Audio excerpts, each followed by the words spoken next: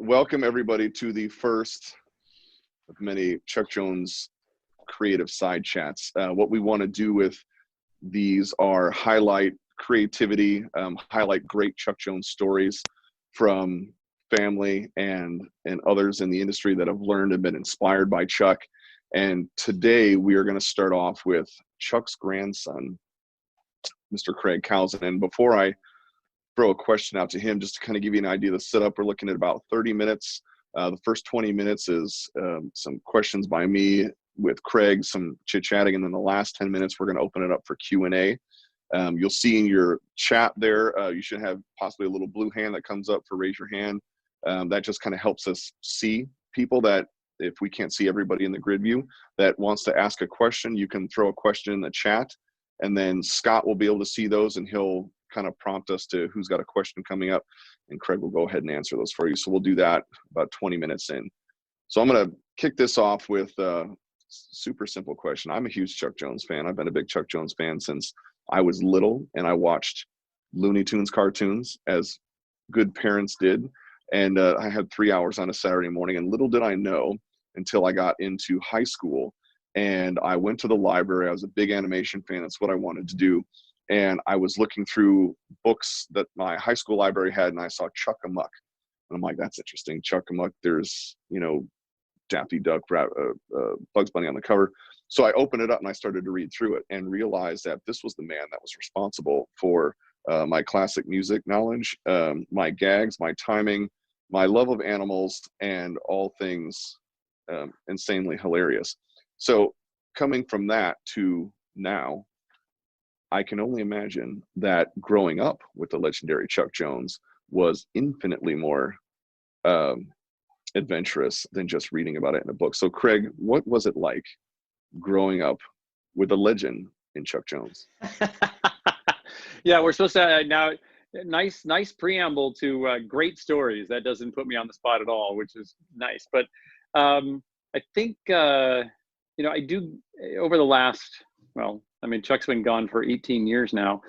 But even when I was traveling with him, or before I even came into the company nearly 30 years ago, I got the question a lot: what was it like growing up with Chuck Jones? And a lot of people, I think, have the impression, because Chuck had such an amazing wit, that he would have been funny, slapstick, Robin Williams-ish, whatever it is. But he was really more, he had a very sophisticated wit and humor. So, when we grew up, no one knew who he was. He wasn't famous. He wasn't, no one even knew his name. The only guy that named Chuck Jones, I remember being in 6th grade and somebody goes, your grandfather's Chuck Jones? And I went, yeah. He goes, you mean Chuck Jones, the magic man? The guy that does those magic shows? And I went, no, it was a local magician that was traveling around the region.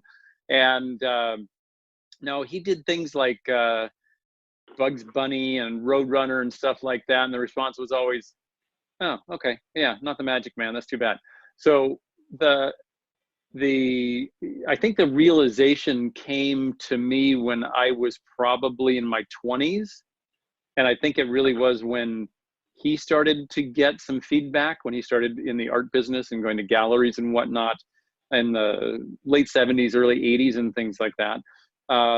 Before that, he just did what he loved to do. He made cartoons. And so we grew up watching cartoons, obviously. I always thought it was pretty cool that we got to see cartoons when we wanted to, not just when the television wanted us to, because I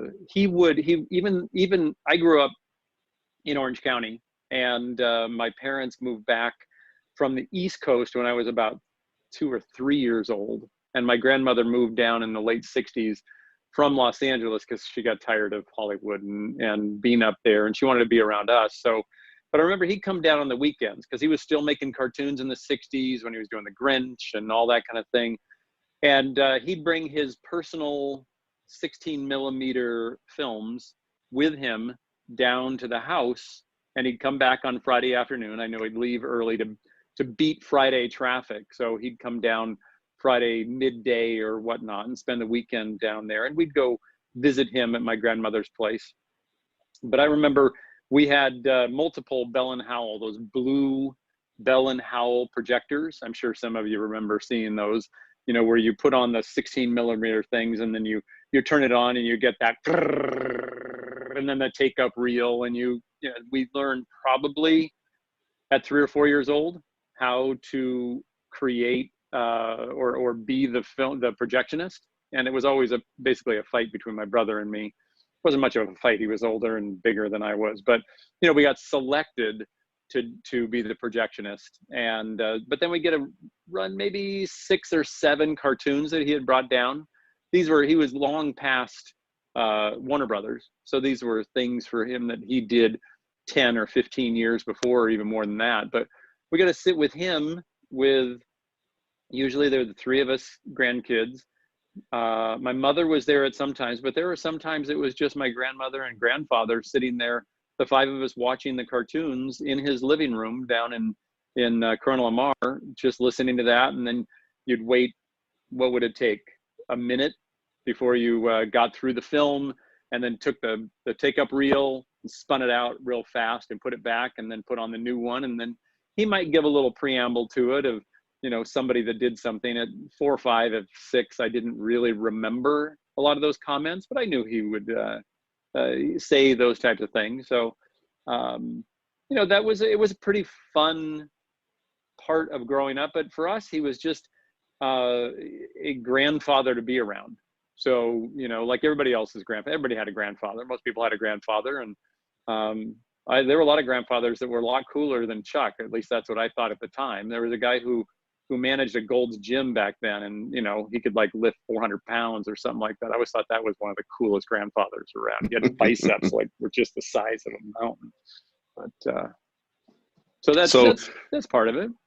So you grew up, I mean, without really maybe understanding then, because life is just normal, right? So, you know, your grandfather's normal.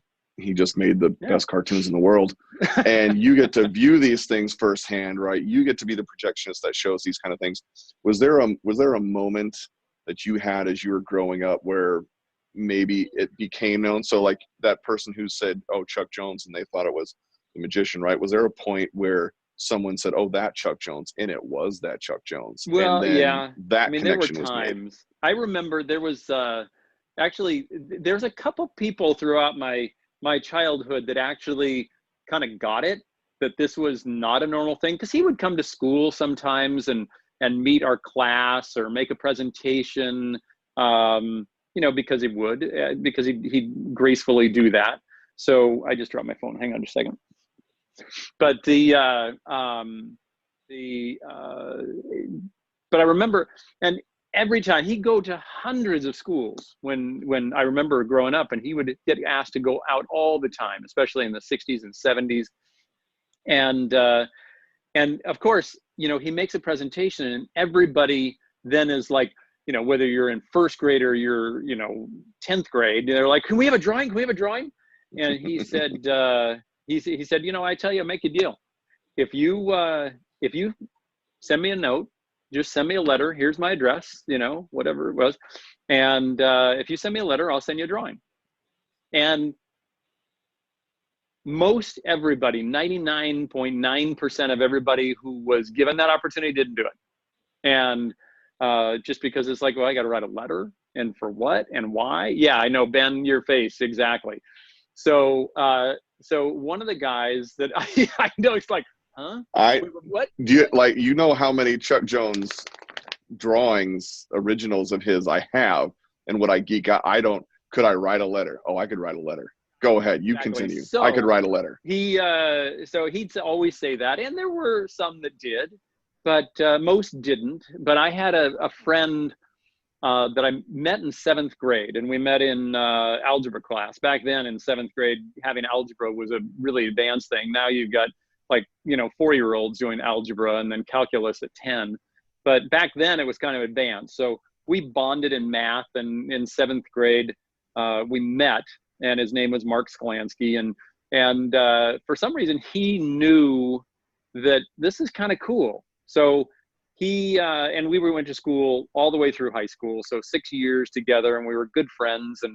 And so he wrote a letter that first year in 7th grade, and then I think Chuck came back either 8th grade or maybe when we were in high school, or there was some other place, and he made the offer again. So Mark wrote him another letter and sent him another drawing.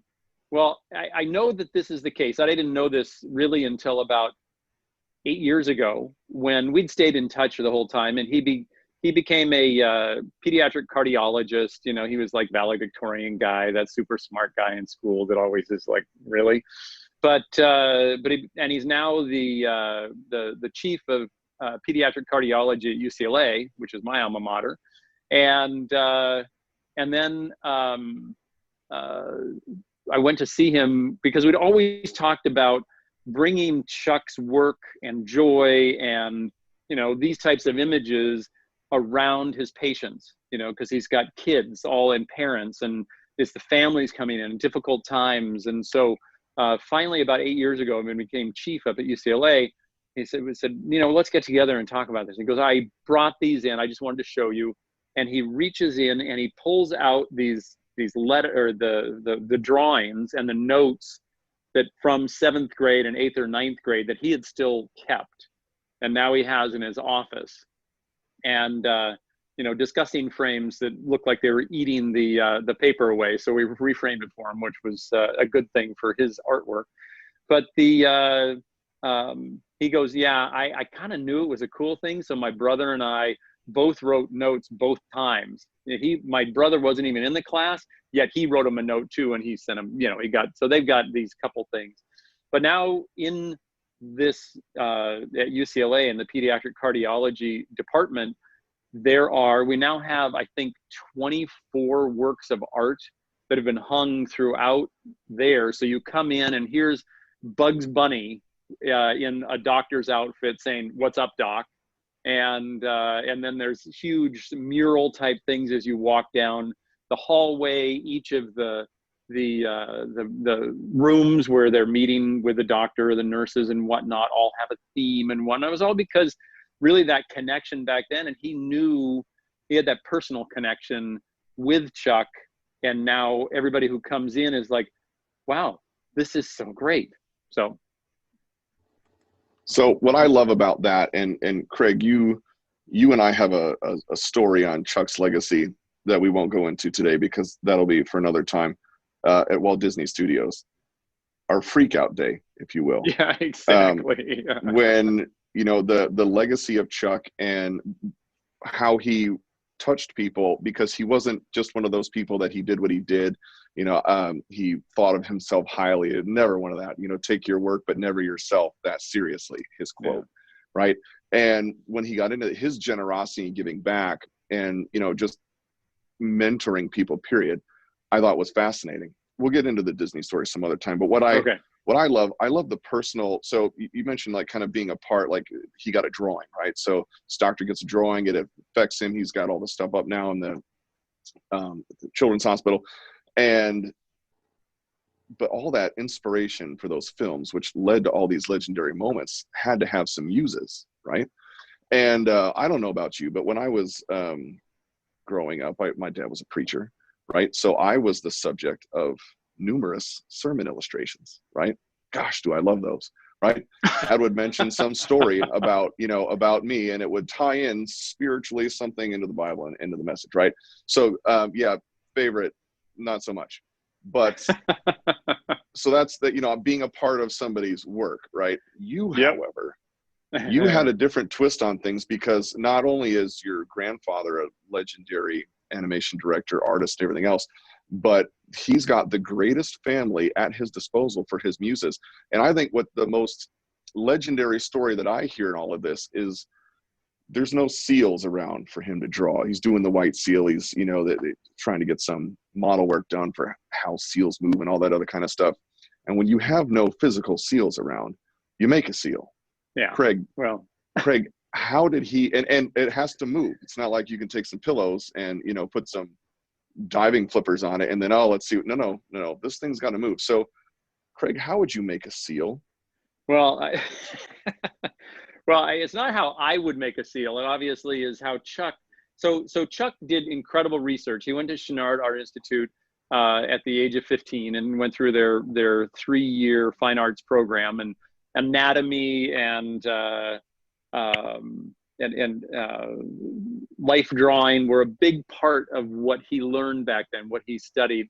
And he drew all of his life. He really fell into animation, but he always did research. When he did Rikki Tikki Tavi, he found films. Rather than going and finding a cobra, he found films of a cobra, which was a lot safer thing. But when he did the White Seal, the Kipling classic in the 70s, my grandmother it was only my brother and me this time. We went down to San Diego and went to all the shows, and we saw Shamu and we saw the dolphin show and whatnot. But while the three of us were at the shows, Chuck had gotten permission to go behind the scenes to really draw all the mammals and anything that he was going to have in there as far as sea lions. And he found there's a big difference between seals and sea lions. The way that the anatomy is encased in there, and a sea lion, which is what the white seal actually is, has the same, like any mammal, has the same physical anatomy,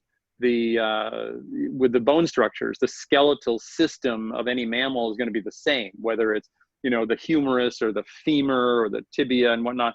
They're just different lengths and different proportions to each other, where they connect, how they hit the ground and whatnot. Well, he found out that a sea lion actually is on their knees as they move around. So they bend differently than a seal. But also with the anatomy of a mammal encased inside of all that blubber, is the same functional structure. So, theoretically, he said, well, theoretically, if a human were confined the exact same way that a sea lion was, that they would have to move and swim the same way. And so theory is good, but Chuck loved to test out theories. So he brought my brother and me down. I must have been 10, and probably Todd was 11, and brought down to his house where we used to watch the 35 millimeter films, and had a little pool there. And so stood us on the deck and took out rope and confined us at basically tied us up at the ankles, the knees, the elbows, and put fins both on our hands and our feet, and threw us in the pool. And then drew us for, I bet you, half an hour. And, as I usually remember, we didn't die, which is, a big plus at that point. These days it would be a very different story. But yeah, it was one of those moments that I really realized. At the time, it was just fun. Now I look back and I think, okay, that was probably different than most people's childhood. And so actually, I think in here, Scott sent me a picture that I think he actually sat there and sketched. And so here is Chuck's rendition of us and what we would actually look like with a sea lion and a human combined the same way. So, but drawing it is one thing, but he literally threw us in the pool. And in fact, not a week ago, I took my daughter down because we just needed to get out of the house, and we went down and I showed her the house where it was. It's been remodeled and whatnot, but I'm sure that pool is still sitting back there in a where he tortured us. Well, now I know where your drowning. love of water polo come from. So there you go. Yeah, I think that was probably the reason. It's overcoming. 30 minutes in a pool as a seal. Anyway, so yeah, that was fun. I love that story because you use what you got, right? So, and Chuck was obviously was well known for the films that he did, but he was a phenomenal artist. And therefore, like his love and appreciation for real life was amazing. And what I loved about what he would say, as we can see, because we're all working from home, honey, you need to pause for 1 second for me. And yeah, we got kids all over the place. It's all the daughters. Right? Yeah. Yes, exactly. Love it. And sons. His love of that, and what I've have found absolutely fascinating in getting to know more about Chuck, especially through you, is just his fine art tendencies, and what he would impart on people in that. And that people that would come in, and show him all kinds of stuff for Bugs Bunny and want to animate, and he would be like, well, how's your life drawing? How are you studying from that? And the perfect proof in that is Craig is a seal. right? So I Yeah, love that. I know.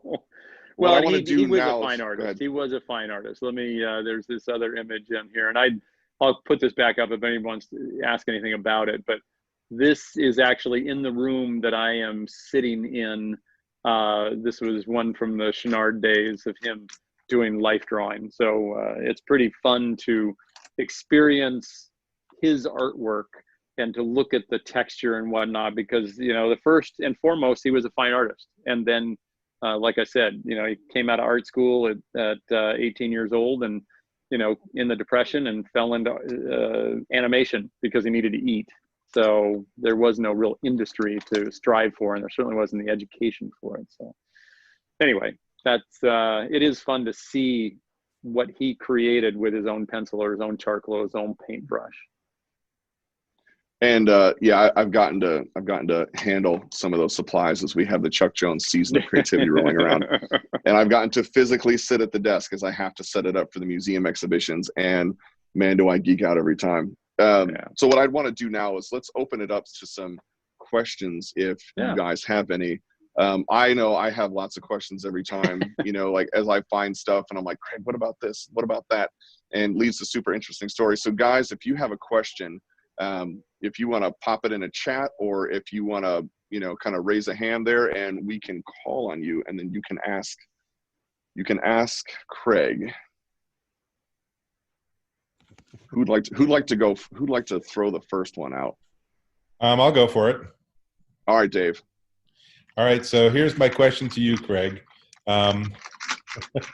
Arthur Conan Doyle grew to really dislike Sherlock Holmes and actually tried to kill him off at one point. Yeah. Good story. Right? I love that. Did your grandfather ever get sick of any of the characters that he so famously created? And if so, how did he deal with it? Yeah, no. The answer to this, the simple and direct answer is absolutely not. He you know, I think Arthur Conan Doyle he really wanted to be, he wanted to write history books. And so, and he did this, you know, he wrote those things in order to be able to get enough money to get to where he was going. Whereas Chuck loved to draw, he loved to create, he loved to write, and he fell in love with character early because he was such a voracious reader, and the characters would come out of things like Twain. You know, I brought in a Twain book because I knew that Twain would come up, but you know, in this, it's going to disappear maybe into there. Yes, there's a vintage Twain book in our house that I actually got for him the year before he passed away, and then I got it back, which was wonderful. So I got that little piece. But his characters, he really felt that they were his children. So now maybe some of us get tired of our children, but we love them deep down, and even when we're frustrated. So, but the idea that these came out of him, that he found them inside of himself and then created them, it was a joy for him to always think of something new and to play with them and talk about them and put them in interesting positions. So no, he, especially the Looney Tunes characters, and he created other characters, you know, after the early 60s when they shut down the studio. But never once did I hear that he was tired of doing anything, any of his characters, or being asked to do anything with them. It was always, there was never enough time to do all the things that he wanted to do. He always was striving to create more films, to write more, to speak more, to meet people, to mentor, to teach. So it was always, I can't do as much as I'd like to do. And there was never, I don't remember him ever saying that he was tired of doing anything in his life. I mean, he certainly, there were certain parts of his life that he didn't necessarily enjoy or embrace wholeheartedly by choice. But, you know, it doesn't mean that everything that he did was great. You know, he acknowledged, he called them clinkers. He goes, yeah, I had clinkers. We made some clinkers in my life. But, you know, he certainly, it was always, how can I make this a little bit better? How can I keep moving this forward. And so thankfully, no, he started at 19 in the animation industry, and made his last film when he was 89. So for 70 years, he created wonderful things that he loved. So it's a good question, though. I like it. So Bob had a question, and he asked, did he have a favorite character to draw? You know, there's two. Those are two different questions. Are there favorite characters or favorite characters to draw? I'll go back to his children, and he'd answer that question. You know, as far as a favorite character, he goes, you know, do you have children? Oftentimes, the person would say yes, and he'd say, well, do you have a favorite? And then they go, yeah, I wouldn't necessarily articulate that. Based upon, and so you kind of like, okay, you know, and if you do have a favorite, you probably won't say it out loud, because then you have to deal with all the other ones. But you know, he had a favorite child because, you know, he had one child, my mother. But the favorite one to draw, yeah, I mean, he loved, you know, Daffy and Wiley and whatnot. But looking at the body of work that I get to play with on occasion, and that people in our company have been able to play with, Bugs Bunny is certainly the most versatile character that because there's more scenes of Bugs Bunny in the drawings and the things than any other character. I think there are certain characters like Daffy and Wile E. Coyote that are probably more dear to his heart as far as the difficulties that Daffy comes in contact with, and Wile E. Coyote being the, you know, never victorious seeker of the unobtainable. That probably resonates a lot with Chuck. But Bugs was probably the one that he had the most fun figuring out what was gonna happen in a certain situation. And so I would say, to draw, I would say Bugs Bunny, just as a guess. Good answer. Bugs is, I don't know how you can't. I have a sketch from Chuck that he did, an original from Baton Bunny, and as soon as I saw that drawing, what I loved about what he did and the work that he did, especially when he was drawing characters and his inking, was just the absolute personality that he would get from the lines, right? Which is why I love the sketches. Every single line, which is why I love the sketches even more than I love the production cells, because to me, the energy and the character always came from the drawings. So Baton Bunny, the one that, as soon as you showed me that, I'm like, yeah, we're gonna have to have that one. I'm gonna steal that now, which is good. Yeah. Yes, that's gonna have to come back with me. So did anybody else have a question for Craig about growing up with Chuck Jones, or what was this like? I'll turn into a grid view so I can see everybody. You can just unmute if you want. Looks like we're good. We're good. So I've got one last question. So Craig, Chuck won 4 Oscars in his career, and capping it off with his Lifetime Achievement Award that Robin Williams presented him in, was it 1996? Yeah. And so how did you come to a career point like that, and at that point, you know, all the body of work that you've done, and you're getting a Lifetime Achievement Award. What were when he came back from that, what was it? Did he have a reaction to it? Was it like, all right, like, how do you deal with a lifetime achievement? Does that mean it's all over? Is it done? I've achieved it all? Like, how did that impact him when he received that award? What impact did that have on Chuck? You know, I think he was humbled by it for sure. And, you know, he won 2 Academy Awards in 1950 for So Much for So Little, a documentary short subject that was that year, and For Sentimental Reasons. And although he didn't get to keep them because the producer got to keep them, you know, he felt like, okay, we've gotten to a plateau, and it was always a we. You know, it was never a me, because he knew that his team was the reason for his success.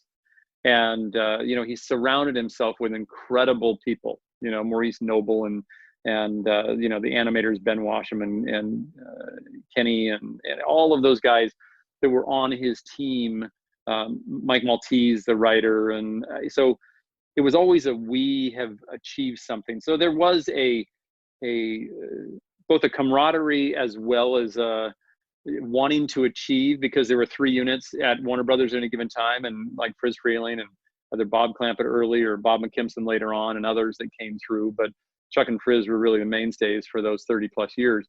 And so the achievement of it was great. But I heard him say, and he said, I'll accept the award. And he got, he had how many different honorary doctorates has he got? He got the Chevalier d'Arts award in 2000, I think it was, from France. I mean, these are the biggest awards for creative inspiration and acknowledgement in the world, plus the Academy Awards. And he said, thank you. I appreciate the acknowledgement of it, but as soon as it's done, I will put it back on the shelf, and it's what's next. What can I bring, and what's my next project? Because that's where the real joy of it is. Not even the finished product of it, and certainly not the awards, but it's the process of it. It's the how can I do something new to bring it to my craft, whether it would be the fine art, whether it was the animation, whether it was the writing, whether it was the mentoring somebody. How can I do all of this better to raise all of our game? And so really that was his goal in life, was to inspire that in others and to continue to dig down deep and find that in himself every day. And it's a chore. It's not just, you don't wake up and go, la, what's going to happen today? It's get up. He always drew. He drew every day that he was physically able to, every single day, a minimum of 20 drawings every single day, and thousands of drawings, a week at times, where he would literally, dive in and do those 100,000 bad drawings that you got to do just. And he was told that, when he was 15 years old at art school, but he did millions and millions of drawings, I'm sure, during his lifetime, most of which were a learning process. So 300 plus films, not all of them, but he'd learn something and try to make it a little better. So no, he never got there. And like I said, his last film was his only computer film. He and a team, he didn't care about computers. He didn't know about computers, never wanted to use a computer. He appreciated the tool, loved what John Lasseter did in those types of things.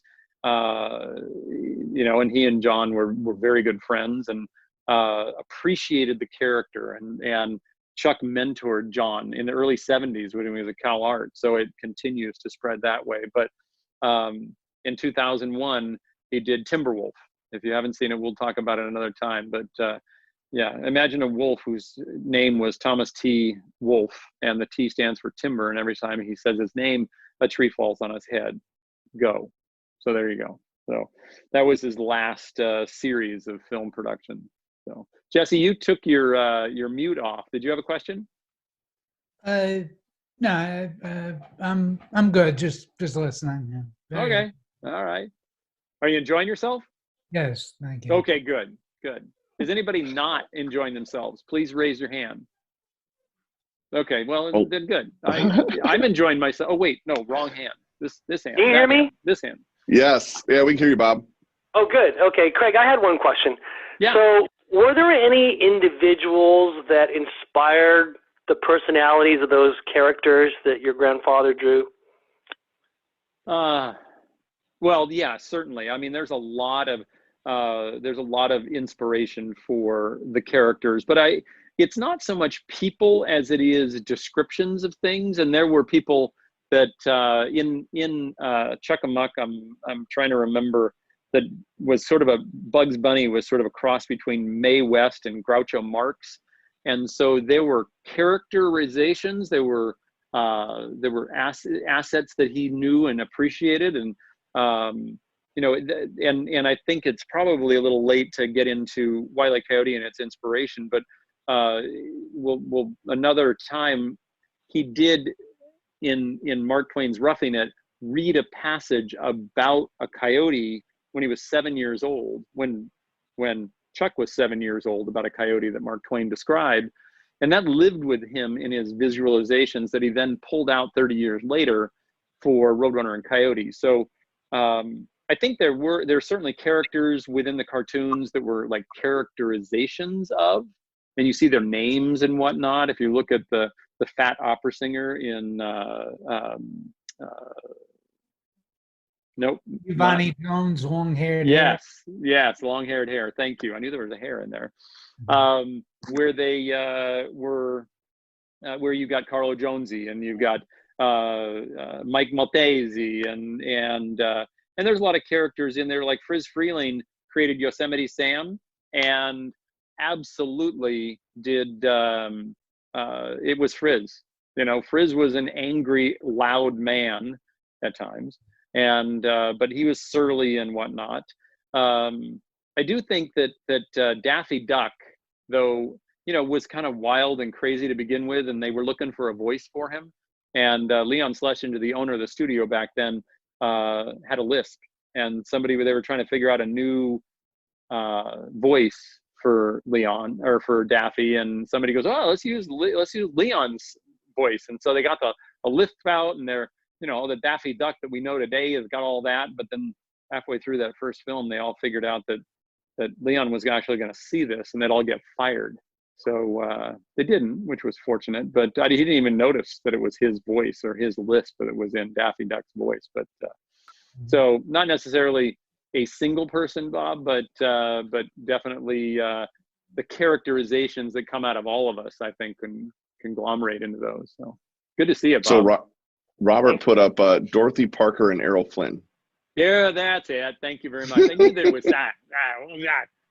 It was a lady and a guy. How's that? There's a lady and a guy. So I just want to take a moment to say thank you to everybody who jumped on today to be a part of our first Chuck Jones Creativeside Chat. This is something that we're going to do more of as we move forward. There are a plethora of fantastic stories, inside information, inside baseball, if you will, on, you know, Chuck and what he did, how he did things, who he worked with, who he inspired. As we kind of grow this series, I can tell you from personal experience, and I'm not going to go into the Disney story today, but Dave, I will do the Disney story. It takes a minute, but I'll give you the teaser to it. And this is what I love being a part of, the furthering the Chuck Jones legacy, right? Because he inspired me when I was 6 and 7 years old watching his stuff, and then when I was a teenager reading his autobiography, and now to be a part of the Chuck Jones Center for Creativity and inspiring other people through his philosophies and what he did through his characters and the way he thought. Here's the teaser. Eric Goldberg, right, is a legend. I've met him several times. I melt into the floor every time because he's one of my top 3 all-time animators that I've ever wanted to meet. And correct me if I'm wrong, Craig, but Eric Goldberg is Chuck considered to be himself, the next iteration of himself. Is that right? It wasn't so much his iteration of himself. He was pushed in the like 1999 or 2000, and he listed a handful of animators at the time that were the best, because they said, well, you know, who's the best animator in the world today? And he just went boom, boom, boom, boom, boom, boom, and well, but the first board of the organization back in 1999 said, well, you got to pick one because we want to honor them and acknowledge them. And he goes, all right, if I got to push, I'd say Eric Goldberg is the best hand-drawn animator today. And there were others that are, I mean, he said, you can't pick one because they're so good. But he acknowledged that, and just like Chuck would always be humble, Eric Goldberg would be like, well, that's very nice of him, you know. But and we're gonna get him out here at some point to answer your questions as well, for sure. But go ahead. So yeah. Eric Goldberg is for those who may not know, right? Eric Goldberg lead animator of the Genie and Aladdin, directed Pocahontas. I mean, the list is long and distinguished, and I've watched this guy draw in 15 minutes to do a complete scene. It's insane. So there's that, and then we got to see Eric Goldberg's office, and then we got up to the director's floor in the animation building. Dave, that's a story where Craig and I kept it all inside. And then when we left the studio, after experiencing what we will tell you at a later date, we freaked out on the outside. So it was great to watch directors like Byron Howard and other story artists, how they've been inspired by Chuck, how Chuck personally even reached out to some of them. Byron still had the letter from Chuck. So we're going to unveil more of those stories and then have some of those people on for the Creative Side Check. Eric Goldberg is a kick, man. You're going to love him. So stay tuned for that. Craig, thank you so much for putting all this together in the Creative Side Chat. I love, this is the kind of stuff that I just geek out on. So it's always a pleasure to sit and talk with you. Thank you all for coming today. So have a wonderful night, everybody. Dave, we'll enjoy the snow that you just had here in Chicago, that you had in Colorado, and it'll be hopefully a lot warmer on the next Creative Side Chat. Have a great evening, guys.